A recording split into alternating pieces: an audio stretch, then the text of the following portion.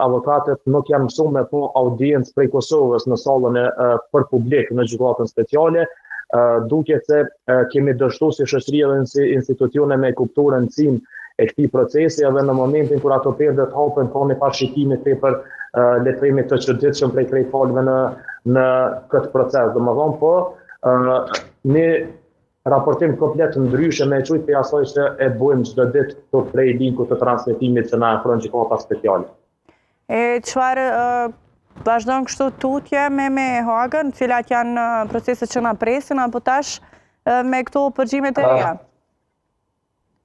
Që këto realisht nuk janë përgjime të reja, janë përgjime që janë bërë para një viti e gjysmë të 2 vjet, kur periudhën për cilën e është dritë ata akuzataqit, por këto përgjime nuk janë ofruar më herët, nuk janë publikuar, nuk janë përdorur prej prokurorisë të Hagës, edhe për këtë arsye po i quaj përgjime të reja.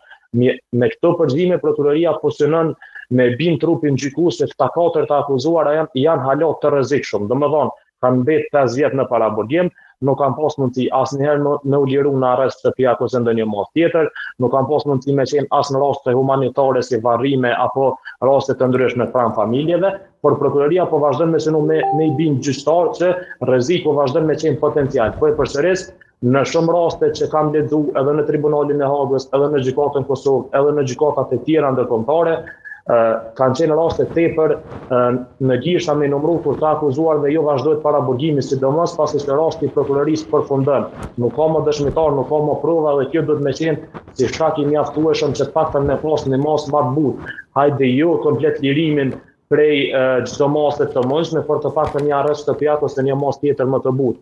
Më pas këtij mocioni për rrëzimin e akuzës, nëse ky mocion nuk aprovohet prej gjyqtarëve, mbrojtja do të vazhdojë me prezantimin e provave edhe dëshmitarëve të vet, në mënyrë që ky proces të shkojë sa më shpejt pasi tashmë veç është bërë ku e gjatë. Bea, të falenderoj shumë për informacionet që ndave me neve sa i përket procesit gjyqësor i cili po zhvillohet në Hagë. Atje ndaj krerëve të ushtrisë qendrore të Kosovës. Faleminderit shumë.